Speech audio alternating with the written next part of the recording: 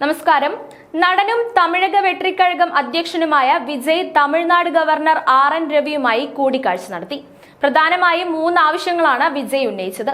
ക്രമസമാധാനം ഉറപ്പാക്കണം, സ്ത്രീ സുരക്ഷയ്ക്കായി നടപടി സ്വീകരിക്കണം, വെള്ളപ്പൊക്കമുണ്ടാക്കിയ കെടുതി നേരിടാൻ കേന്ദ്ര സഹായം കിട്ടാൻ ഇടപെടണം എന്നീ ആവശ്യങ്ങളാണ് വിജയ് മുന്നോട്ട് വെച്ചത്.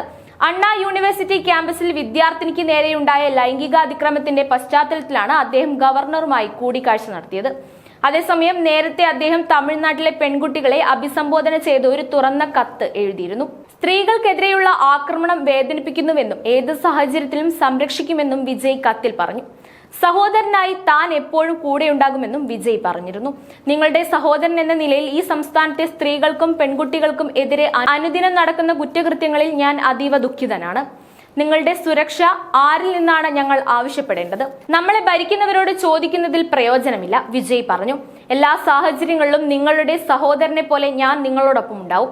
അതുകൊണ്ട് ദയവായി ഒന്നിനെക്കുറിച്ചും വിഷമിക്കാതെ നിങ്ങളുടെ പഠനത്തിൽ ശ്രദ്ധിക്കുക.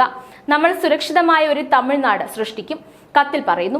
സർക്കാർ ഈ കേസ് അർഹിക്കുന്ന ഗൗരവത്തോടെ കൈകാര്യം ചെയ്യണമെന്നും കുറ്റകൃത്യത്തിന് അനുയോജ്യമായ ശിക്ഷ നൽകേണ്ടത് അത്യന്താപേക്ഷിതമാണെന്നും അദ്ദേഹം പറഞ്ഞു. ക്രിസ്മസ് തലേന്ന് അണ്ണാ യൂണിവേഴ്സിറ്റിയിലെ വിദ്യാർത്ഥിനിയായ 19-കാരിക്ക് നേരെയാണ് ലൈംഗിക അതിക്രമം ഉണ്ടായത്. ഈ സംഭവം സംസ്ഥാനത്ത് വലിയ കോളിളക്കമുണ്ടാക്കി. തൊട്ടുപിന്നാലെ പ്രതിയെ അറസ്റ്റ് ചെയ്തിരുന്നുവെങ്കിലും DMK സർക്കാരിന് കീഴിൽ സംസ്ഥാനത്തെ ക്രമസമാധാന നില വഷളായതായി AIDMK ഉൾപ്പെടെയുള്ള പാർട്ടികൾ ആരോപിച്ചു. ഇന്നലെ അണ്ണാ സർവകലാശാല ബലാത്സംഗ കേസിൽ പ്രത്യേക സംഘം അന്വേഷിക്കണമെന്ന് മദ്രാസ് ഹൈക്കോടതി പറഞ്ഞിരുന്നു.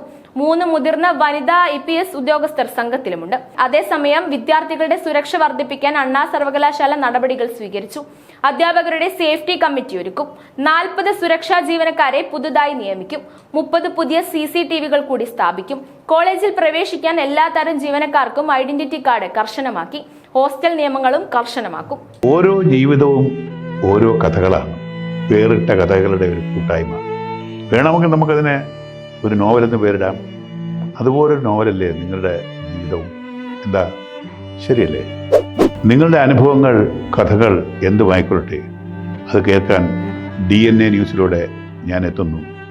കഥ പോലൊരു ജീവിതം, അതിനായി ഞാൻ നിങ്ങൾക്ക് വേണ്ടി കാത്തിരിക്കുന്നു. നമുക്ക് ഒന്നിച്ച് കാണാം, കുറേ കാര്യങ്ങൾ സംസാരിക്കാം, വേദനകൾ പങ്കിടാം.